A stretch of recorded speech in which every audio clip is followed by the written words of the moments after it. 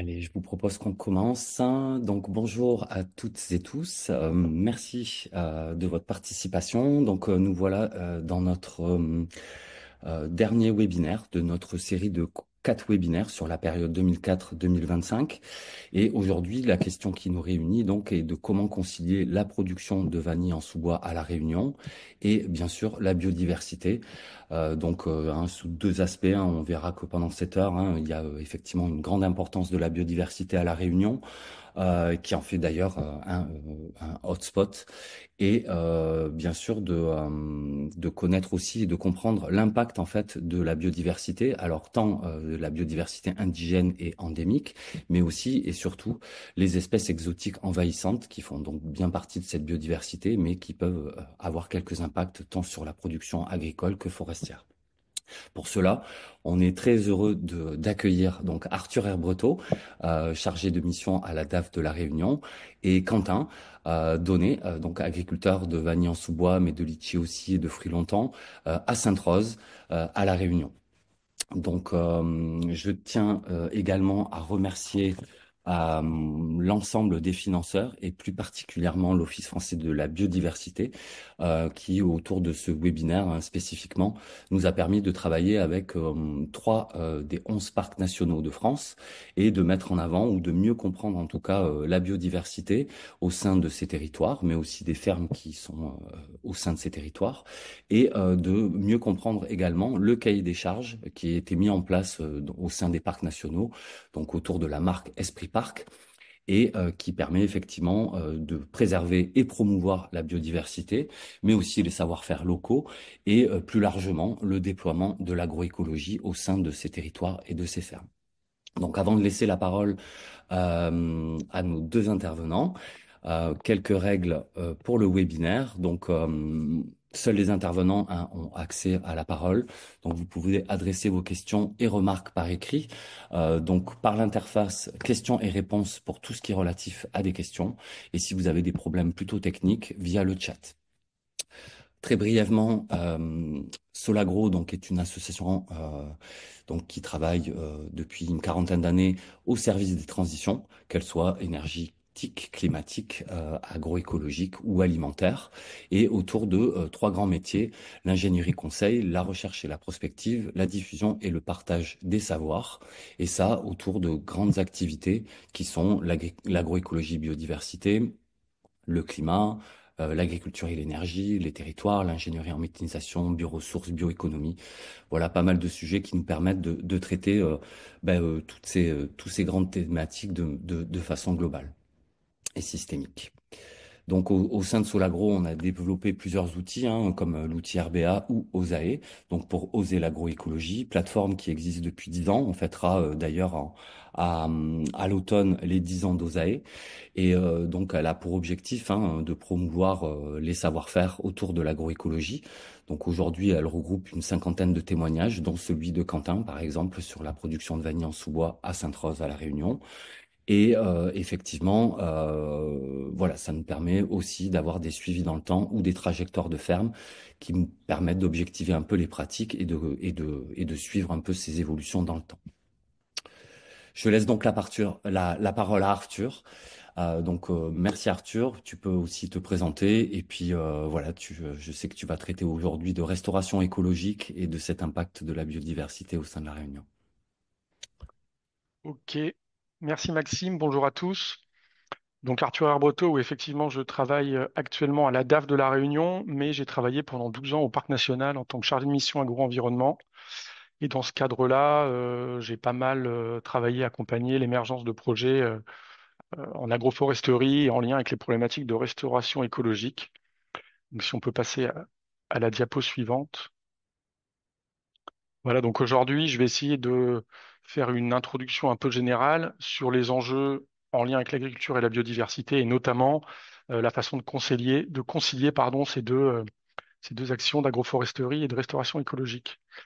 Donc, pour commencer, comme Maxime l'a rappelé, donc la Réunion fait partie d'un des 36 hotspots de biodiversité mondiaux, puisque Madagascar et les Mascareignes sont un de ces hotspots.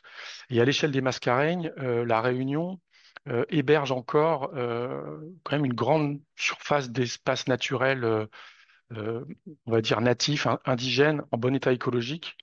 Alors vous voyez sur les cartes à droite, la carte du haut, on voit la diversité des écosystèmes réunionnais finalement il y a plus de 350 ans avant l'arrivée de l'homme. Donc ça va de la savane aux forêts humides, à la végétation éricoïde en altitude. Et la carte en dessous, ben, on voit à peu près ce qu'il en reste aujourd'hui, après tous les processus finalement de défrichement, d'anthropisation, de feux de forêt. Donc on voit quand même que ces milieux naturels indigènes ont été quand même fortement réduits. Et la petite carte montre finalement ben, le niveau d'envahissement de ces espaces-là par les espèces exotiques envahissantes. Puisque sur cette biodiversité exceptionnelle, c'est bien les invasions biologiques par les espèces exotiques envahissantes qui constituent la principale menace. Donc ce territoire, encore en bon état écologique, il a été classé en parc national en 2007 et il a été aussi classé en 2010 au patrimoine mondial de l'UNESCO au titre de la biodiversité et des paysages.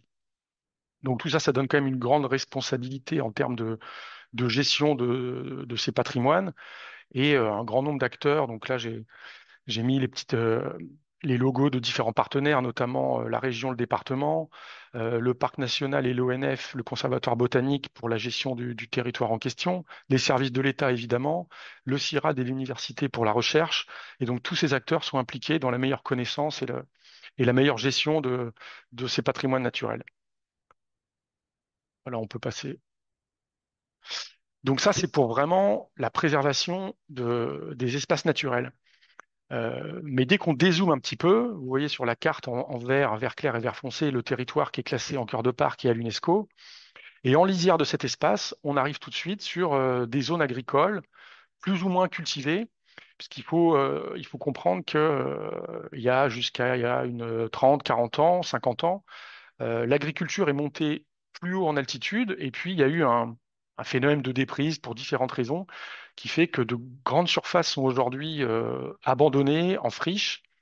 Et qu'est-ce qui s'est installé sur ces friches? Ben, ce sont des espèces exotiques envahissantes qui posent pas mal de problèmes, puisque depuis ce réservoir que constituent les friches, ces espèces diffusent vers le milieu naturel, mais elles diffusent aussi vers le bas dans les zones agricoles, et elles posent aussi des problèmes de gestion pour les agriculteurs. Donc il y a quand même un enjeu important à pouvoir développer des modes de gestion de l'activité sur ces espaces-là, qu'un maximum d'espace soit géré par l'agriculture ou par d'autres activités, et éviter un maximum d'avoir des réservoirs d'espèces invasives. Et la photo au-dessus vous montre bah, la proximité qu'on peut avoir entre la zone agricole et le milieu naturel tout proche, et les zones envahies qu'on voit très bien sur la photo en vert un peu plus clair. Voilà, on peut passer. Alors du coup, l'agroforesterie, c'est vrai que c'est une piste intéressante et privilégiée pour valoriser et gérer ces zones de lisière ou d'interface. Alors c'est pas la seule piste. On peut tout à fait gérer l'espace par de l'agriculture plus conventionnelle, que ce soit de la canne à sucre, des prairies d'élevage, des vergers. Mais l'agroforesterie a cet intérêt de pouvoir intégrer dans son système de la végétation indigène et donc de constituer un gradient progressif entre la zone agricole stricte, je dirais, et le milieu naturel. Et c'est ça tout l'enjeu, c'est de réussir à mettre en place, à inventer des systèmes agroforestiers qui font une transition entre vraiment la zone très anthropisée et le milieu naturel. Et ça, du coup, ça recouvre un grand spectre de systèmes, d'une agroforesterie très productive, très agricole, à des systèmes qui se rapprochent plus de la restauration écologique et dont le système de Quentin et Béatrice est un bon exemple. Alors, cette approche-là, bon, elle se développe depuis quelques années maintenant et elle soulève pas mal enfin, d'enjeux, de techniques, de défis. Donc, enfin, au niveau technique, notamment, ça nécessite d'innover sur pas mal de points. Si on veut réintroduire de la végétation indigène dans les agrosystèmes, eh ben déjà, il a fallu passer par l'étape d'être en mesure de produire les plants d'espèces indigènes endémiques. Aujourd'hui, euh, on a un réseau de pépiniéristes, d'horticulteurs qui se sont un peu spécialisés, qui se sont mis à la production d'espèces indigènes. Donc, on a un peu franchi cette étape, mais il y a 20 ans, c'était encore les débuts. Maintenant, les questions qui se posent, c'est beaucoup les questions des services rendus par ces espèces indigènes dans les agrosystèmes, parce qu'on a une multitude d'espèces, je ne vais pas vous les mentionner, mais et on fait l'hypothèse que le fait de réintroduire de la biodiversité dans l'agrosystème va être plutôt favorable. Maintenant, au cas par cas, il faut qu'on puisse capitaliser sur l'intérêt ou non de telle espèce. Est-ce qu'elle va plutôt abriter des auxiliaires, plutôt des espèces nuisibles ou autres? Donc voilà, il y a beaucoup de données à créer et à capitaliser. Et ça pose des questions aussi. Alors, je l'ai formulé, voilà, développement d'emploi local, mais c'est plutôt, voilà, création de nouveaux métiers, acquisition de compétences, puisque quand on veut remettre en valeur un terrain qui est en friche depuis 30 ans et qu'on veut le faire de façon intelligente, c'est-à-dire en coupant les espèces invasives, en maintenant les espèces indigènes, ça veut dire qu'on ne va pas faire un défrichement massif comme ça a pu être fait dans l'histoire. On rentre aux bulles. Donc là, il faut avoir une connaissance fine de la biodiversité, il faut pouvoir être capable d'intervenir dans des terrains difficiles, parfois pentus. Donc voilà, il y a pas mal de pistes d'innovation, même techniques, sur ces questions de défrichement. Un des défis importants, bien sûr, c'est la viabilité économique de ces systèmes. Les coûts de défrichement et de lutte contre les espèces exotiques sont très importants. Donc, il faut en face que la valorisation économique permette de pallier ces coûts de défrichement et de lutte. Donc, voilà, ça pose la question de la rentabilité des systèmes dans lesquels on peut avoir, bien sûr, une diversité de production. Ça pose la question des aides sur lesquelles je reviendrai un peu après. Donc, voilà, il y a cet enjeu de trouver l'équilibre économique de ces systèmes-là. Et puis ça pose des questions plus larges de résilience du territoire, je l'ai formulé comme ça, mais il y a des questions bien sûr de souveraineté alimentaire. Alors quand on développe ce type de système, eh ben, ça permet de reconquérir des espaces en friche pour la production locale. Alors bien sûr, les systèmes agroforestiers ne sont pas forcément les systèmes les plus productifs ou les plus intensifs en termes de production alimentaire. Pour autant, ils ont leur place sur le territoire. Ils permettent souvent aussi de conserver de l'agrobiodiversité, des variétés traditionnelles, etc., du savoir-faire. Donc, ils ont toute leur place. Il y a les questions énergétiques qui se posent avec l'émergence de questionnements sur les filières de bois-énergie, de valorisation des espèces exotiques envahissantes et l'intégration finalement pleine de la foresterie en tant que telle dans ces systèmes-là, qui est une piste aussi à creuser. Et puis les questions climatiques avec l'enjeu du carbone. Alors bien sûr, l'agroforesterie est un système privilégié pour stocker du carbone, mais en même temps, quand on défriche, on déstocke du carbone. Il y a des équilibres à trouver et des façons aussi de valoriser ces actions-là. Donc voilà, sans rentrer dans tous les détails, les défis qui sont soulevés. Et sur la dernière diapo, voilà, je voulais revenir sur différents leviers, différentes actions qui ont pu être mises en place ces dernières années. Donc, il y a eu plusieurs projets expérimentaux qui ont vu le jour. Alors, historiquement, l'ONF avait déjà lancé des actions de restauration écologique en milieu naturel, le Conservatoire botanique également. Il y a une quinzaine d'années, il y a eu des projets LIFE qui ont lancé finalement de la restauration écologique à plus grande échelle et qui ont impliqué plus fortement les acteurs de la filière horticole sur la production des plants.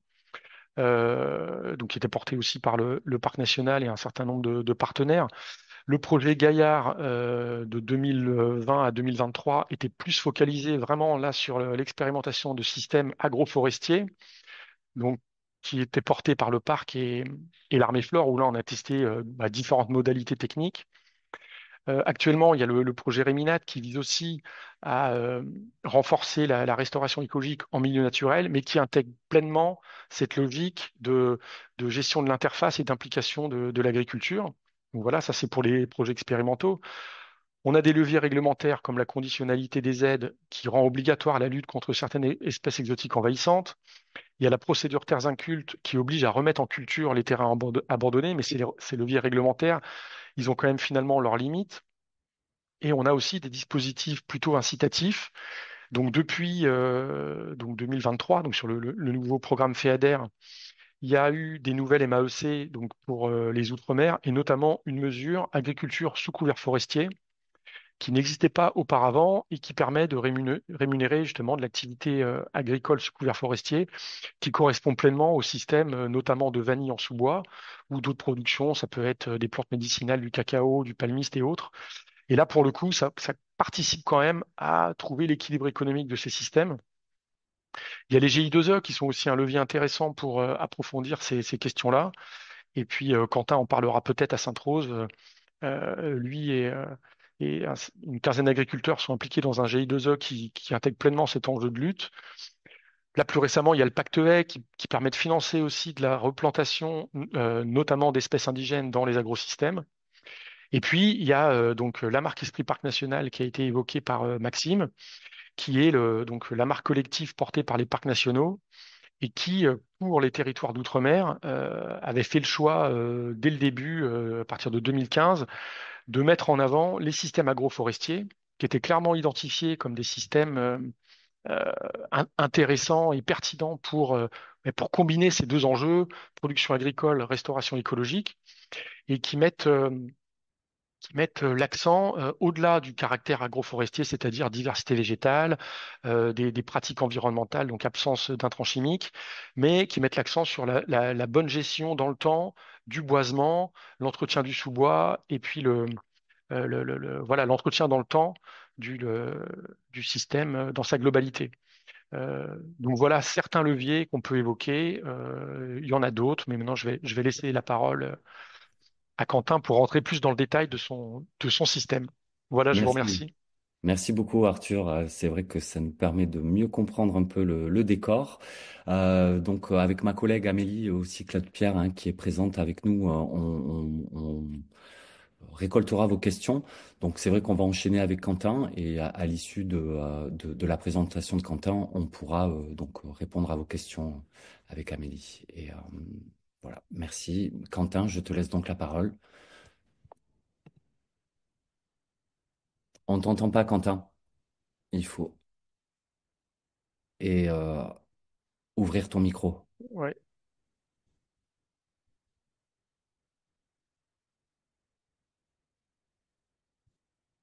sur l'interface audio. Bien le son. Voilà, Voilà, c'est bon. très. Vous m'entendez? Oui, donc voilà. Bonjour à tous. Donc, je vais me présenter. Donc, Béatrice et Quentin. Donc, Madame est pas là, elle est très timide, mais elle est toujours avec moi et toujours derrière moi en tous les cas.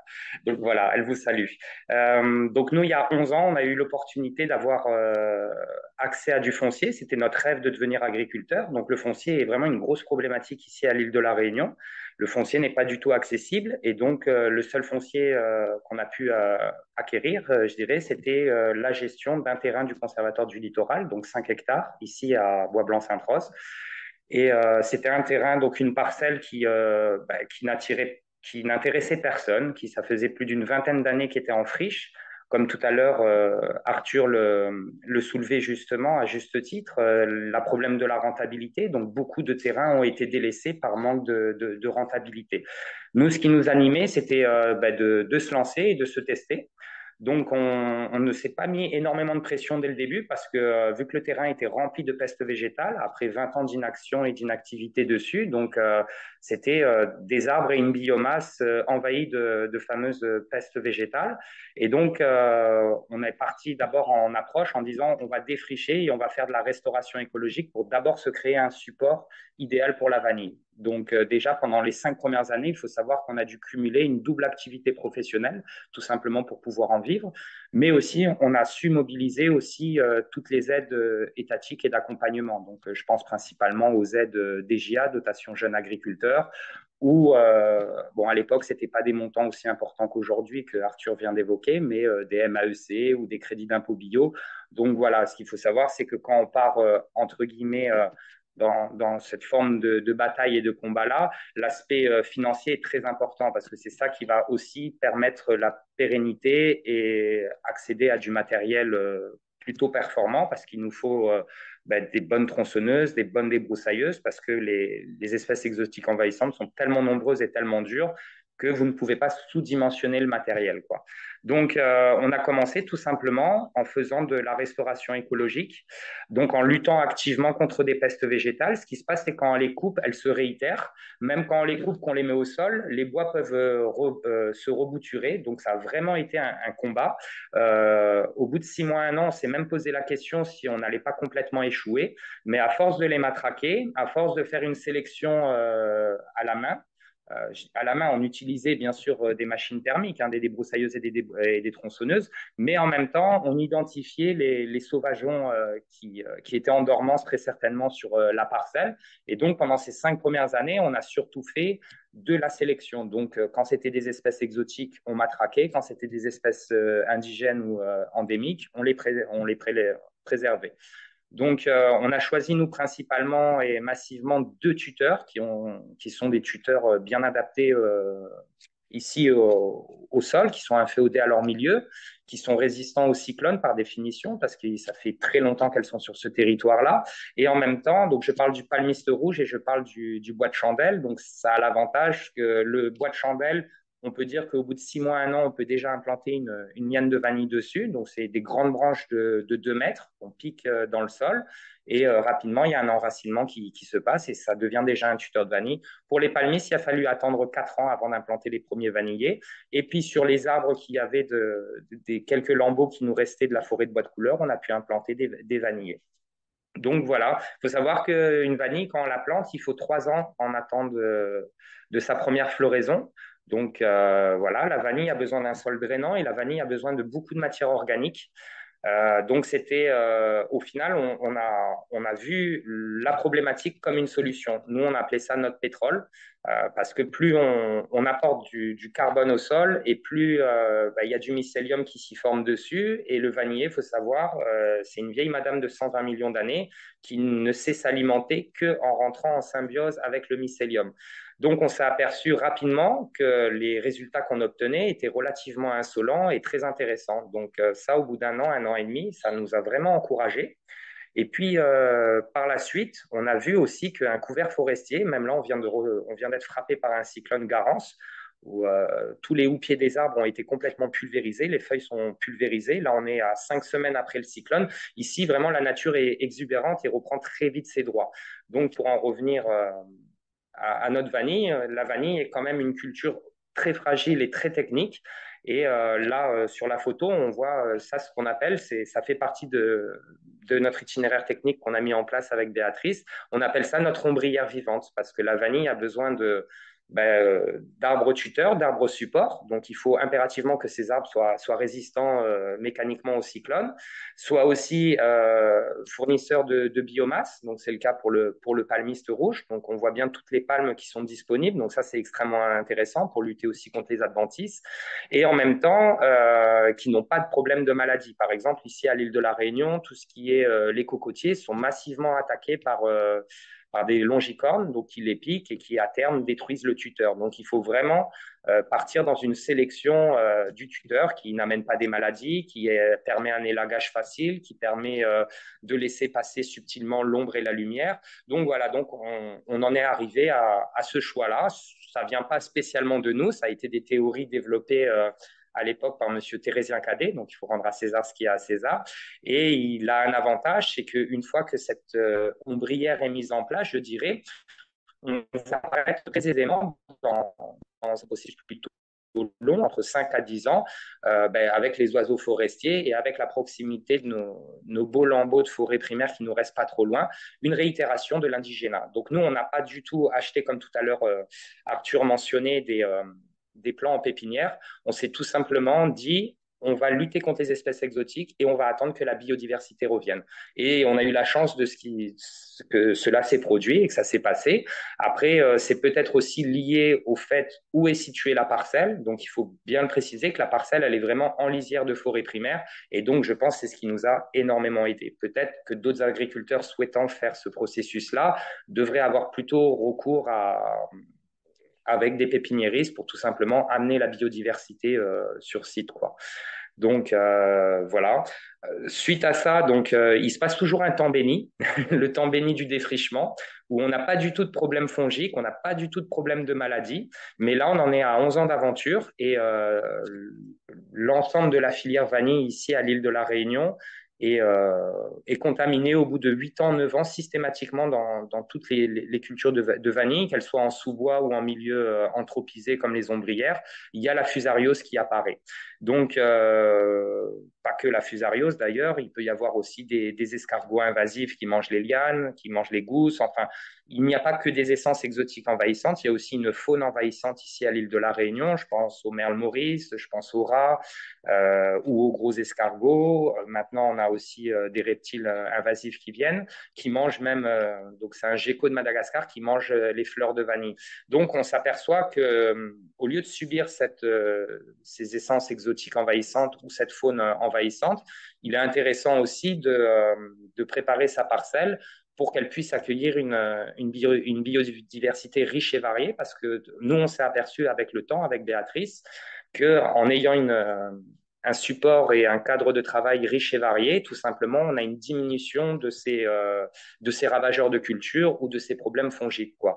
Donc, quand on s'aperçoit, par exemple, concrètement, qu'on a un vanillé qui est malade, où ses racines sont atteintes par la fusariose, ben, on va aller chercher sur la parcelle d'à côté d'autres bois pourris avec une présence de mycélium dessus pour aller lui en remettre par-dessus, tout simplement pour ben, qu'il y ait une forme de bataille dans le sous-bois entre les différents mycéliums et que ben, la fusariose, vu qu'elle nous embête, ben, nous, on l'embête un petit peu, quoi.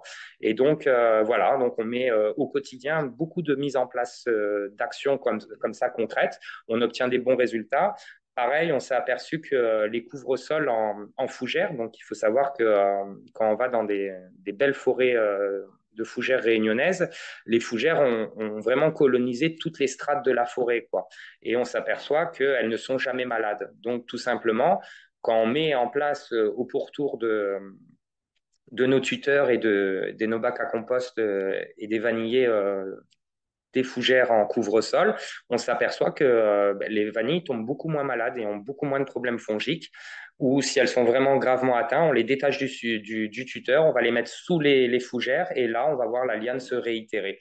Donc voilà, donc on s'aperçoit que plus, entre guillemets, passez-moi l'expression, on joue avec la biodiversité et plus elle nous rend des services. Et donc, ces services-là sont quand même assez intéressants parce que comme je vous parlais tout à l'heure d'un temps long, c'est vrai que si on se rate, ben on va mettre 4 ou 5 ans à pouvoir espérer qu'un tuteur redevienne productif. Donc, c'est vrai qu'au lieu de subir, on essaye d'anticiper les différentes problématiques qu'on a sur le territoire, donc aussi bien avec les envahissantes ou avec les ravageurs de culture. Actuellement, produire du fruit à l'île de la Réunion est très compliqué. On a jusqu'à 17 variétés de mouches de fruits, alors qu'à l'origine, il n'y en avait qu'une seule au niveau insulaire. Et ce qu'il y a d'intéressant, c'est quand on pose les pièges à phéromones dans les milieux où la biodiversité explose, on a peut-être un tiers des pièges qui sont remplis. Par contre, quand on est en milieu les plus anthropisés ou dans les jardins, on a les trois quarts du piège qui sont remplis. Donc, on commence à avoir pas mal de données comme ça, pas mal de retours là-dessus et qui nous galvanise à continuer dans ce sens-là, quoi. Je reparle un petit peu du cyclone Garance qui est arrivé. Ben là, la photo que tu viens de montrer, Maxime, tous les palmistes sont encore en état. Le palmiste rouge, il faut savoir que il a une résistance mécanique à plus de 200 km/h, donc c'est assez intéressant.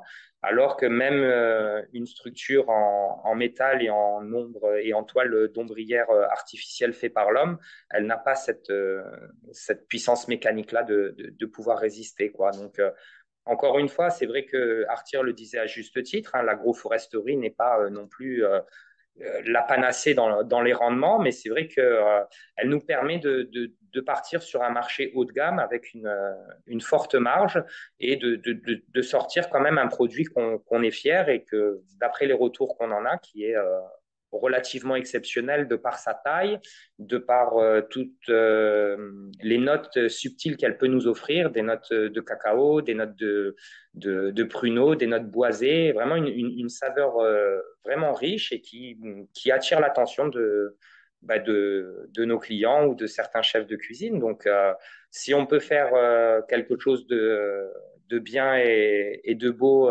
sur place et que derrière on sort un produit bon, ben, je pense que le pari est gagné. À l'heure actuelle, on arrive à en vivre de notre métier, donc on en est très très très fiers. On se sort pas non plus des salaires mirobolants, mais l'avantage de notre système, c'est que quand on met 1 euro sur la table, on en récupère 10, alors que le système conventionnel qui est mis en place, je prends exemple de la canne à sucre par exemple ici à l'île de la Réunion, il faut sortir à peu près 9 euros sur la table pour produire 10 euros de valeur, quoi. Donc vous voyez qu'on n'est pas du tout dans les mêmes rapports. La stratégie entrepreneuriale et d'entreprise est complètement bouleversée. C'est faible chiffre d'affaires, mais gros taux de marge. Donc c'est vraiment une approche qui est complètement différente. Et l'avantage du système agroforestier et de la forêt nous permet vraiment d'avoir une biomasse qui nous permet d'être complètement indépendants en intrants. Et en ça, c'est quand même assez satisfaisant. Au début, on pensait même acquérir un broyeur. Et puis, on a tellement un climat humide et chaud qu'au final, même un broyeur ici, ça n'a pas d'utilité, quoi. Il vous suffit juste de couper, mettre les rémanents en tas, attendre 6 mois et ça pourrit. Et après, vous reprenez cet amendement-là et vous allez le mettre au pied de vos cultures. Donc voilà, on est très fiers aussi, c'est que ici à La Réunion, La Réunion a été, fut un temps, première productrice mondiale de vanille. Et donc, il y avait plus de 3000 hectares en agroforesterie mis en valeur. Et quand les hommes ont abandonné ces terrains-là, la vanille a continué à vivre. Donc, on peut dire que la vanille s'est naturalisée à l'île de La Réunion. Donc, c'est intéressant parce que quand vous n'avez pas d'argent pour démarrer un système, ça vous permet d'aller en forêt avec des autorisations, bien sûr, de l'ONF, hein, et d'aller chercher vos lianes de vanille. Donc, ce qui est intéressant, parce que c'est des lianes de vanille qui sont abandonnées et laissées à elles-mêmes depuis une soixantaine d'années. Et quand on va les chercher, donc ça nous permet de faire des sélections, parce qu'on s'aperçoit que c'est ces vanilles-là qui ont développé une résistance aux maladies, qui ont développé des caractéristiques, une résistance au soleil ou une résistance à beaucoup de facteurs qui, nous, ensuite, est facteur de réussite dans nos cultures, quoi. Donc, au final, c'est très intéressant parce que ça fait de nous des gens résilients et indépendants génétiquement. Et ça, c'est très, très, très intéressant. Il faut savoir que 11 ans après, on continue à aller chercher encore en forêt des lianes de vanille, justement, par rapport à ces caractéristiques génétiques que je vous parlais, aux résistances aux maladies, résistance à l'ensoleillement, et si elles sont florifères, etc., avec une bonne vigueur, avec une bonne croissance. Et voilà. Si je peux. Voilà. Donc là, on voit, là, c'est vraiment les grands et beaux arbres indigènes présents sur la parcelle. La partie haute de la concession, sur 1 hectare, abrite 37 arbres différents génétiques à l'hectare, ce qui est vraiment pas mal parce que une belle forêt mature en forêt de bois de couleur des bas, on devrait monter à 40 essences. Donc nous, on en arrive à 37, donc ce qui est vraiment pas négligeable comme résultat. Et quand on arrive dans ce milieu-là, ce qui est saisissant, c'est, comme je le disais tout à l'heure, c'est qu'elles abritent vraiment sur les moindres strates une colonisation d'épiphismes, aussi bien en fougère, en liane ou en mousse, en lichen, etc. etc. Et c'est vraiment un milieu harmonieux où les arbres ont une courtoisie. Et ça serait un support de travail idéal immédiatement pour pouvoir implanter des lianes de vanille. Mais c'est vrai que le fait que quand l'homme arrive avec sa débroussailleuse et massacre toutes ces épiphytes, et bien après, on a le problématique des installations des espèces exotiques envahissantes. Donc, détruire, c'est bien. Mais effectivement, comme disait tout à l'heure Arthur, il y a vraiment une stratégie et un suivi à avoir en place, quoi. Parce qu'on peut être très, très, très vite débordé, quoi. Il faut savoir que les EE, à l'heure actuelle, même celles qui sont en agriculture conventionnelle, les désherbants homologués ne les tuent plus, quoi. Donc, il y a vraiment une résistance. Certaines EE sont aussi dangereuses pour nous, notre santé humaine. Je pense à la liane pothos qui produit de l'oxalate de calcium. Et quand vous passez la débroussailleuse dessus ou une tronçonneuse, si elle est mise sur un arbre, elle vous projette donc une substance qui peut à terme vous empêcher de respirer. Donc c'est vraiment, on en est qu'au début des problématiques de EE et c'est vraiment, comment dire ça, il faut vraiment lutter à l'échelle vraiment de l'ensemble du territoire. C'est pour ça que plusieurs agricultrices et agriculteurs de Sainte-Rose, on s'est réunis au sein d'une association. Après, on s'est fait reconnaître GI2E et nos deux fers de lance du GI2E, c'est lutte contre les espèces exotiques envahissantes et insertion de biodiversité au sein de nos exploitations agricoles, parce qu'on s'aperçoit que tout simplement, quand vous avez massivement des EE dans vos cultures, mais c'est 30 à 40% de perte de potentiel de rendement. C'est du travail en plus, c'est très dur, ça vous démotive quoi, carrément, hein. Et ce qu'il y a d'intéressant, c'est qu'en mettant en place des couvre-sols indigènes ou des couvre-sols rapportant beaucoup de matière organique, ça vous permet tout simplement, du fait que la nature ne supporte pas le vide, d'occuper l'espace, quoi. Et donc, rien n'est abouti, hein. C'est vraiment un projet évolutif qui se mature, qui prend de l'ampleur. Vous voyez que les 5 premières années, on était un petit peu autiste, on était tourné que sur la parcelle et rapidement, on s'est aperçu qu'au final, la lutte doit être vraiment à l'échelle, au moins dans un premier temps, de notre commune, de l'entièreté du territoire, parce que si votre voisin a des espèces exotiques envahissantes et que lui ne fait rien, ben, vous pouvez être sûr que l'année suivante, vous êtes envahi, quoi. Donc, c'est vraiment, je pense que les EE, enfin nous on l'appelle de notre souhait, hein, doit être vraiment une cause locale et tout le monde doit y prendre part, hein, sur cette lutte-là. Même dans les parcs et jardins, on voit de plus en plus d'essences exotiques envahissantes sur les bords de rivières. Enfin bref, il y en a vraiment de partout, de partout, de partout. Et donc il faudrait vraiment lui mener une lutte coordonnée à tous les niveaux, quoi. Tout le monde doit être concerné, les forestiers, les agriculteurs, les particuliers parce que c'est à terme, c'est un appauvrissement génétique de notre territoire.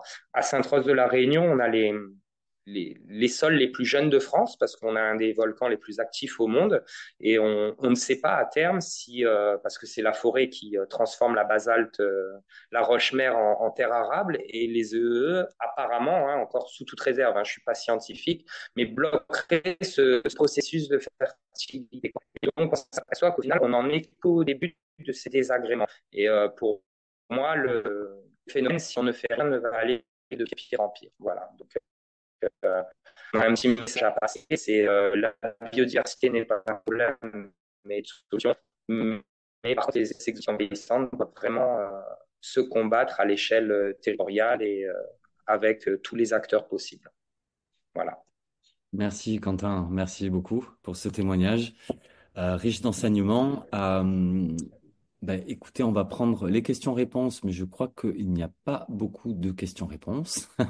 Voilà, donc n'hésitez pas à poser vos questions. Et peut-être que Quentin et Arthur, vous parliez donc de la connaissance de cette biodiversité, d'un travail effectivement qui doit se réfléchir de manière globale et collective aussi, et comment finalement on peut traduire ça sur le terrain pour finalement que les agriculteurs ou aussi les particuliers ou d'autres montent en compétence sur cette connaissance, je dirais, et cette distinction qu'on peut faire entre biodiversité indigène et endémique et biodiversité exotique. Alors, Quentin, si je peux donner juste un point de vue d'agriculteur. Donc, ce qu'il y a d'intéressant, c'est que quand vous gérez bien votre biomasse des EE, vous obtenez des résultats très intéressants avec des tailles de gousses, vu que votre vanillé est bien alimenté, bien nourri. Donc, vous allez avoir des gousses supérieures à plus de 20 cm et il n'y a que quelques rares terroirs dans le monde qui vous permettent d'atteindre ces résultats-là.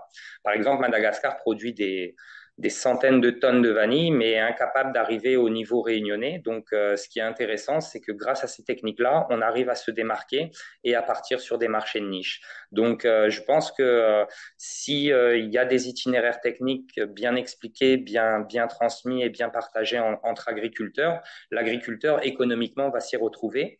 Et en termes de qualité de travail, je pense qu'on est comme tout le monde avec Béatrice, on vieillit et plus on travaille notre sous-bois et plus le travail devient facile et aisé. Donc on gagne en qualité de vie aussi. Et de plus en plus, on s'aperçoit que ce qu'on est en train de créer, c'est vraiment un petit paradis. Et donc, travailler dans un cadre agréable, rempli de chants d'oiseaux mélodieux, ou tout simplement riche et varié, et unique et authentique, rien que déjà par rapport à ça, économiquement, on y gagne, socialement, on y gagne. Et après, c'est vrai que il faut aimer. Et Arthur, tout à l'heure, parlait de monter en compétences. Je le rejoins. Moi-même, personnellement, en 2022, je suis reparti à l'école pour me former élagueur arboriste, quoi, parce que c'est quand même du 2.0, quoi. Je veux dire, il faut gérer la forêt du houppier jusqu'au sous-bois, quoi. Et effectivement, Arthur parlait tout à l'heure aussi, ce qu'il y a d'intéressant avec la modernité, c'est les machines qui débarquent, parce que comme je vous dis, ces espèces exotiques et envahissantes se réitèrent très facilement. Et il faut vraiment trouver des méthodologies et monter en compétences, quoi. Donc, voilà la vision que je pouvais le dire. En tout cas, moi, je sens encore, Béatrice aussi, mon épouse, qu'on a besoin encore de formation, aussi bien dans la préparation de la vanille que sur le plan technico-économique, quoi, je dirais. Donc, on n'est jamais à l'abri d'apprendre de bonnes pratiques. Donc, vraiment, ce qui est important, c'est de continuellement apprendre, partager et et être curieux et faire des tests. Voilà ce que je pouvais Merci, Quentin. Arthur, dire. peut-être tu veux rajouter un point? Oui, ben pour revenir sur ce que tu disais, enfin, c'est vrai que moi j'ai fait une intro un peu générale, mais pour revenir sur le cas de l'exploitation de Quentin et Béatrice, moi je voudrais quand même saluer justement, enfin, voilà, on le ressent dans le propos de Quentin, ils ont fait un énorme travail d'observation de la nature. Il a dit, la chance qu'ils avaient, c'est d'être à proximité immédiate d'une forêt, d'un écosystème en bon état écologique. Et forcément, la proximité fait que la nature a repris ses droits et ils étaient en position facilitée d'observation du fonctionnement de cette biodiversité naturelle. Mais encore fallait-il le faire. Et donc, il y a eu ce gros travail d'observation qui mérite vraiment d'être salué. Et si on prend un exemple pour illustrer ce que je disais tout à l'heure sur l'acquisition de connaissances, alors déjà à La Réunion, vous avez vu la carte que j'ai présentée, c'est-à-dire qu'on a une telle diversité d'écosystèmes que du coup les espèces en jeu sur la parcelle de Quentin, les interactions entre les espèces ne seront pas les mêmes donc à Sainte-Rose que 500 mètres plus haut en altitude ou que dans l'ouest. Donc déjà, ça multiplie finalement le travail d'acquisition de données, parce que ce qui est valable d'un côté ne sera pas valable de l'autre. Mais si on prend l'exemple des fougères que Quentin a mentionné, bon, dès qu'on parle d'agroécologie, d'agroforesterie, d'agriculture biologique, bon, on en arrive toujours à la question comment on va gérer l'enherbement. En milieu tropical, hein, j'entends, enfin, c'est valable aussi en métropole, mais chez nous, d'autant plus on arrive toujours à la question comment on va gérer l'enherbement, comment on va gérer le sous-bois, comment on va gérer les adventices ou les espèces envahissantes. Et le fait d'avoir observé la forêt, d'avoir identifié des espèces de fougères qui ont un intérêt agroécologique que Quentin a mentionné, c'est hyper intéressant parce que ce sont quelque part des solutions, ou en tout cas voilà, des leviers techniques identifiés en observant la nature dans une parcelle agroforestière qui avait la chance d'être à proximité immédiate de la forêt. Mais quand on va creuser, qu'on va tester, c'est peut-être une solution technique qu'on va pouvoir exporter sur des agrosystèmes plus classiques ou plus artificiels. Donc en Tout fait, à fait. en observant la nature et les interactions, on est susceptible quand même d'identifier des leviers techniques intéressants pour même de l'agriculture conventionnelle. Et puis, il y aurait d'autres exemples. Maintenant, comme je le disais, la difficulté, c'est qu'on a une multitude d'écosystèmes et on se rend compte parfois que la même espèce qui peut être une plante de service, si on la met à tel endroit, va être intéressante. Si on la met à tel autre, elle va attirer des ravageurs et on n'a pas forcément la connaissance et les réponses pour expliquer ces phénomènes-là. Donc, c'est quand même un champ d'expérimentation qu'on peut creuser pendant encore quelques années pour Oh oui. identifier toutes les interactions possibles, quoi. Du coup, ça me permet effectivement de rebondir sur deux questions qui ont été posées, hein. Quentin, est-ce qu'il y a eu effectivement des inventaires sur ton exploitation? Et si c'est le cas, comment ça s'est passé? Et effectivement, on a beaucoup parlé de l'aspect végétal, mais est-ce qu'il y a aussi des suivis de la faune au sein des parcelles? Ou finalement Alors, plus globalement à l'échelle du parc national? Comme tout à l'heure, Arthur le mentionnait, il a travaillé 12 ans au sein du parc national et avec Arthur, ça fait 11 ans qu'on se connaît. Et dès qu'on a eu la parcelle, bien entendu, on a immédiatement sollicité différentes administrations françaises qui ont tout de suite répondu présent et qui nous ont accompagnés, aussi bien lors de nos passages pendant des commissions. Et bien entendu, c'est en voyant à travers leurs yeux, au final, nous, on était dans l'ignorance complète. Et c'est eux qui nous ont dit l'intérêt de ça. Et on s'est dit de toute façon, on n'a rien à perdre, autant qu'on essaye. Et on voulait impérativement réussir notre projet professionnel en fair play, quoi. Et c'est vrai que peut-être c'est l'effet insulaire, mais il y a aussi tous ces arbres-là que tu es en train de montrer, Maxime. C'est une véritable pharmacie à ciel ouvert. Donc ça aussi, c'est un gros potentiel des forêts réunionnaises. Elles sont d'ailleurs même reconnues au niveau international pour leurs propriétés médicinales. Et donc, il y a un amour vraiment de ces végétaux-là. Et que ça soit ma belle-mère, que ça soit les tontons, les tatis, tout le monde nous disait, ah ben tiens, ramène-nous des tisanes, ramène-nous des ceci, ramène-nous Voilà, donc ou par exemple, la pâte lézard offre une espèce de mousse qu'on utilise pour faire du margotage et on s'aperçoit que cette mousse-là, c'est un hormonage naturel que la forêt produit. Et donc, c'est vrai que aussi bien les administrations françaises, les associations, ça peut être aussi des associations environnementales qui sont venues nous aider à dresser des états des lieux ou à nous dire qu'est-ce qu'il y avait de bien, qu'est-ce qu'il y avait de pas bien. Les gens, tout simplement, les réunionnais dans leur ensemble, ont vraiment, on dit que le milieu de la vanille est un milieu très fermé parce qu'on a très peur des vols et à premier abord, on a l'air des gens complètement autistes et complètement fermés. Mais au final, une fois que vous commencez à travailler et à donner de l'amour à ces sous-bois-là, il y a une fraternité qui se passe avec les voisins, avec les gens, avec les confrères. Et les petits secrets, les astuces, les bons plans se partagent quoi, relativement aisément. Et après, bien entendu, c'est toujours une fierté de voir le rapace réunionnais ou à tous ces petits oiseaux endémiques que l'on a.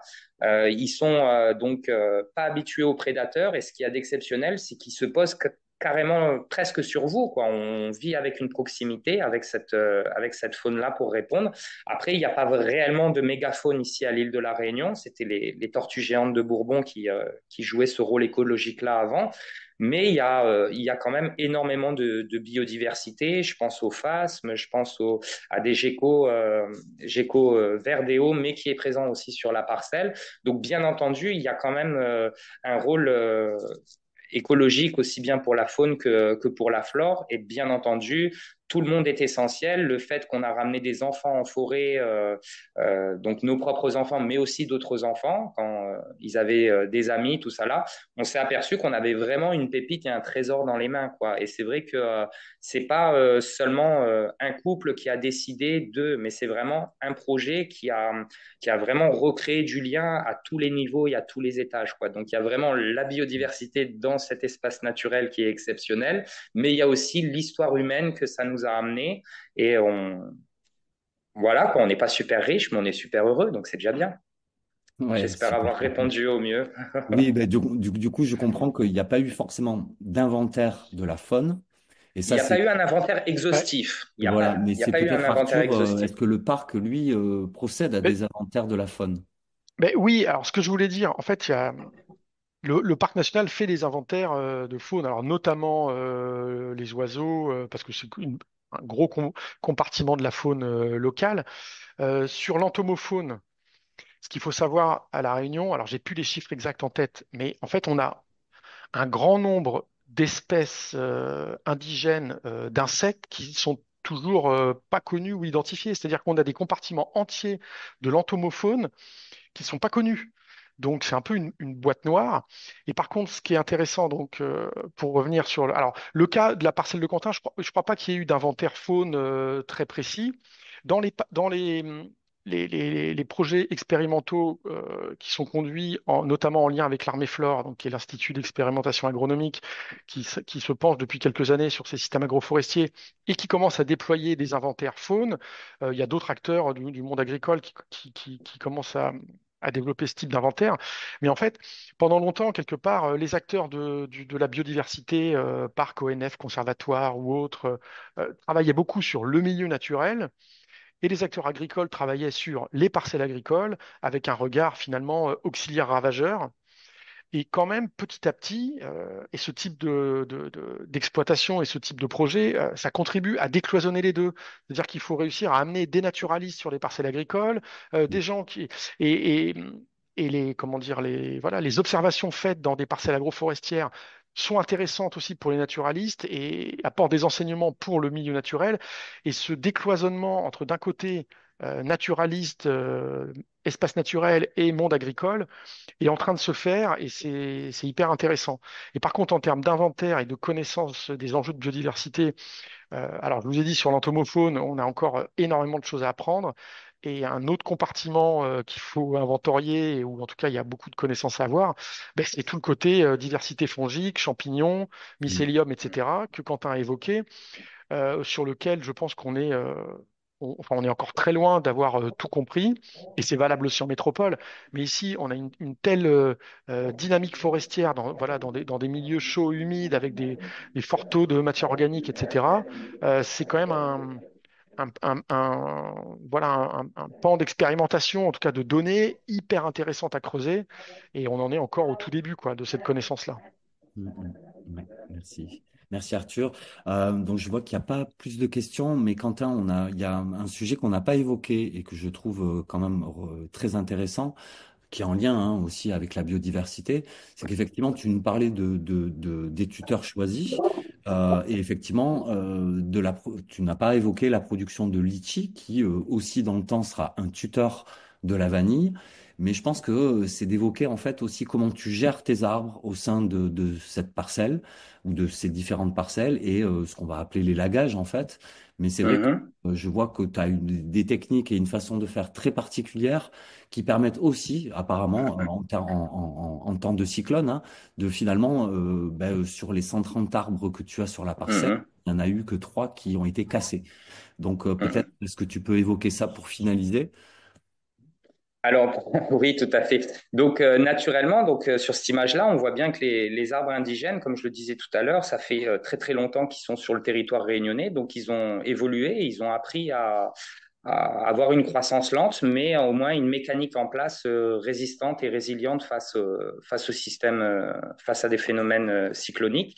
Par contre, tout ce qui est à peu près l'entièreté du monde agricole réunionnais, ce sont par définition des essences exotiques et donc qui viennent de plateaux continentaux, bien souvent de pays qui n'ont pas de cyclone. Et donc, si je prends le cas particulier du litchi, c'est un arbre extrêmement cassant, extrêmement fragile.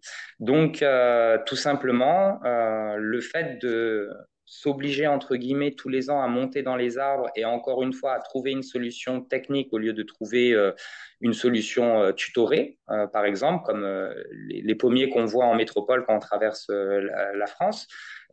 Ici, là justement, j'ai eu un retour d'un agriculteur qui s'était amusé à tutorer les cacao et tout a été cassé. Par contre, les plantations de cacao non tutorées ont tenu. Donc, nous, notre verger de litchi, il est ce qu'on appelle en pommeau libre et ça permet tout simplement de gérer la mécanique des charpentières. Aussi bien, donc ça apporte une résilience face à ces phénomènes-là, mais ça apporte aussi une sécurité pour nous quand on a besoin de monter dans les arbres. Voilà, ça permet aussi de lutter contre les ravageurs de culture, parce que quand un arbre est bien aéré et bien ensoleillé, vous ne rendez pas service du tout aux bébêtes et aux ravageurs. Et ça permet aussi de gagner de la précocité. Donc nous, rien qu'avec des techniques d'élagage, on a gagné sur 11 ans, 3 semaines de précocité au niveau de la récolte du litchi. Donc s'il y a des amis agricultrices et agriculteurs qui m'entendent, ils le savent très bien. C'est la précocité qui vous fait la viabilité et la stratégie de votre chiffre d'affaires.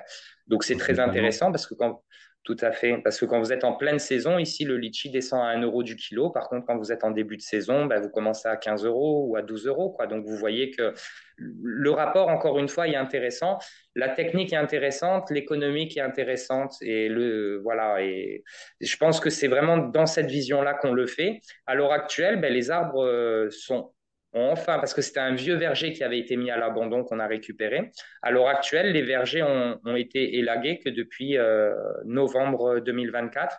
On a mis en association des vanillés dessus. Avant, je n'aurais pas pu le faire parce qu'ils étaient beaucoup trop ombragés et ça aurait été trop propice à des développements de maladies ou tout simplement à une non-induction florale des vanillés. À l'heure actuelle, on s'aperçoit que donc, dans le verger de litchi, on va pouvoir espérer tirer deux revenus différents. Et en interligne, on espère aussi mettre de la cardamone, qui est une épice qui est de la famille du gingembre et qui pourrait aisément pousser en interligne.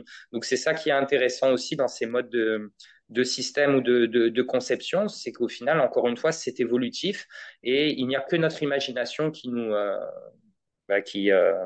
fait défaut parfois, quoi, et qu'il faut vraiment s'inspirer. La nature, c'est quoi? La nature, c'est riche et varié et ça vous donne un potentiel infini et c'est ce qu'on essaye de faire de manière, comment dire ça, toujours pareil, hein, avec au début, on n'attend rien. C'est ce qui nous anime, nous, c'est pas l'argent, c'est le projet.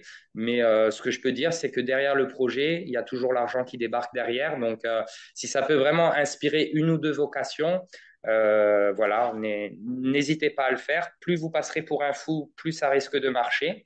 Et, et voilà. Et après, j'ai pas parlé tout à l'heure aussi d'une notion de terroir parce que effectivement hein, le choix des cultures qu'on a décidé de mettre en place donc déjà été en lien élaboré avec avec le propriétaire avec le conservatoire du littoral donc c'est des concessions qui sont octroyées pour faire verger créole hautement diversifié donc ça veut tout dire et rien dire mais il y a la notion pour nous de terroir qui est important et quand on est arrivé, on a su s'entourer des anciens, des gens qui sont jamais partis à l'école, qui sont nés dans ces champs de vanille, qui connaissaient leur quartier, qui connaissaient la méthodologie. Et c'est eux qui nous ont offert le tiercé gagnant, hein, tout simplement, palmis, litchi, vanille. Donc, encore une fois, on profite de 200 ans de savoir-être et de savoir-faire paysanne ici sur Sainte-Rose.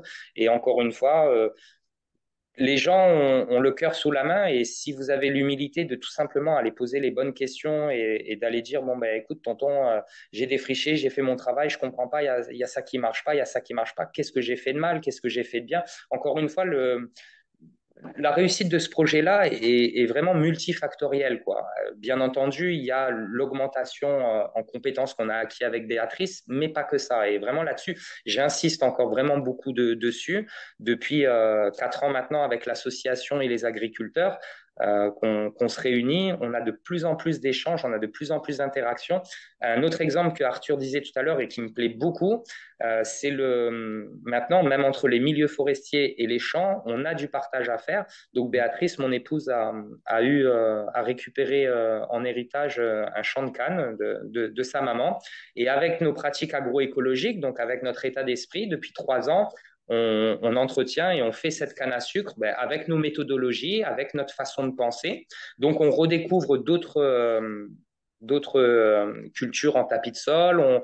Mais en tout cas, ce qui est intéressant, c'est que plus on lutte mécaniquement contre les EEE, et plus on a un retour de l'indigénat sur place. Donc c'est assez bluffant parce on s'attendait encore un temps encore plus long. Mais là, après 3 ans d'expérience dans ce fameux champ de canne, on s'aperçoit qu'on a déjà à peu près entre 20 à 25 de couverture de sol. Donc c'est une petite plante ici qui s'appelle Cochlearia.